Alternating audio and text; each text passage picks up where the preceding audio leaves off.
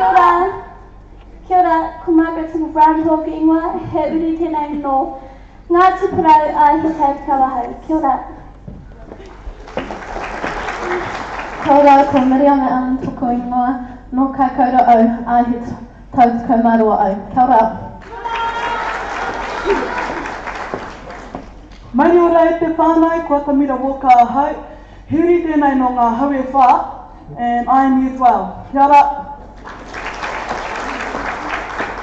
Kia ora whānau, ko Māori Hoi Scott tōku ingoa, he uri tēnei no ngā tikahungunu ki te wairua, a he tau tikaumaru ahau. Kia ora. Kia ora te whānau, ko Hinewairere Sollitt-Mackey tōku ingoa. Ko ngā tiparau ngā tikahungunu me ngā pui o ki hui, he tau tikaumaru ahau, and I am Prefect of Reo Rangahau this year. Thank you. Kia ora, ko Ariana mai Mara tōku ingoa, mai iwi a whānau punui Waikato, ngā Year 11. Kia ora. Kia ora, my name is Titi Hoia Mihari, and my iwi is Ngāti Kahumunu, and I'm Year 12. Kia ora. Kia ora whānau, ko Alia Hutana tōku ingoa, he uri tēnei no Ngāti Kahumunu, and I'm Year 12. Kia ora. Kia ora te whānau, ko Gisela Smith tōku ingoa, he uri tēnei no Ngāti Parau, Ngā Puhi, and I'm Year 12. Kia ora. Hello, my name is Reo Rangahau. I'm Year 9 and my iwi are Ngāti Tūwharetoa and Ngāi Tūhoi. Thank you. Mai e te whānau, ko Jacqueline Broughton tōku ingoa, ko te arawa me Taranaki o Iwi, and I'm Year 11. Kia ora. Kia ora, ko ngā alamana tōku ingoa, he uri tēnei no ngā tuparau he tau iwa hau. Kia ora. Kia ora, ko Ashley Hau tōku ingoa, he uri tēnei no te whānau punui he tau tikau hau. Kia ora. Kia ora te whānau, ko Tiona Manawa te tōku ingoa, he uri ai no tūhoi me ngā tikaununu he tau tikau hau. Kia ora. Kia ora whānau, ko Claudia Ringo Zamika tōku ingoa, he uri tēnei no ngā puhi a he tau iwa hau. Kia ora. Kia ora whānau, my name is Matariki Wairau, I am Year 11 and I'm from Rongo Mai Wahine, Tūhoi. Kia ora. Kia ora, my name is Alia Davies, and my iwi is Ngāti Kahumunu, and I'm Year 10. Te whānau, ko Transpree Tātene tōku ingoa, he uri aha no Ngāti Manapota, he tau iwa ahau. Kia ora. Hello everybody, my name is Evan Osborne. I'm from Ngāti Kahungunu and Waikato and I'm Year 11. Kia ora. Ngā mihi māhau te whānau, ko Kōwhiri Gisela Smith tōku ingoa, he uri ahau no Ngāti Kahungunu o te Wairua, me ngā mauti o Hāmoa, he tau tikau matai ahau. Kia ora. Tēnā koutou te whānau, ko Soraya Irwin tōku ingoa, he uri tēnei no Ngāti Kahungunu, he tau tikau ahau. Kia ora. Kia ora whānau, ko Tangiroa Ratakiri tōku ingoa, he uri tēnei no Waikato Tainui, he tau iwa hau. Kia ora. Kia ora, my name is David McCubb. I'm from Ngāti and I'm 18. Kia ora, my name is Hariata Cliff. My iwi is Ngāti Awa and I'm Year 9. Thank you. Hello, my name is Anita Butler. My iwi is Te Atu Haumea Paparangi and I'm Year 10. Thank you. Kia ora, my name is Kalana Kei Whapiaro. My iwi is Ngāti Kahungunu, and I'm Year 9. Kia ora. Kia ora, ko Amiri Rangahau tōku ingoa, he uri tēnei no Ngāti Parau he tau iwa hau. Kia ora. Kia ora whānau, my name is Teo Wanakuri. My iwi is Ngāti Monia Poto and I'm Year 9. Thank you. Kia ora, my name is Hinewairere. My iwi are Ngāti Kahungunu and Ngāti Pāwera, and I am Year 10. Kia ora, ko mai kei te toku ingoa, I'm from Omahu and I'm Year 10. Kia ora, my name is Camille Smith. My area is Ngāti Kahungunu o Te Wairoa and I'm Year 10. Thank you. Kia ora whānau, ko Leonie ki patoku ingoa, he ri tēnei no Ngāti Awa and I'm Year 12. Kia ora. Kia ora, ko Jairu tōku ingoa, he uri ahau no Te Atiaurui a Pāparangi and I'm Year 12.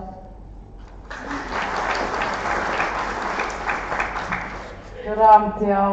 I finished in 2004. Kia ora. It's a... Whiringa! Kauri!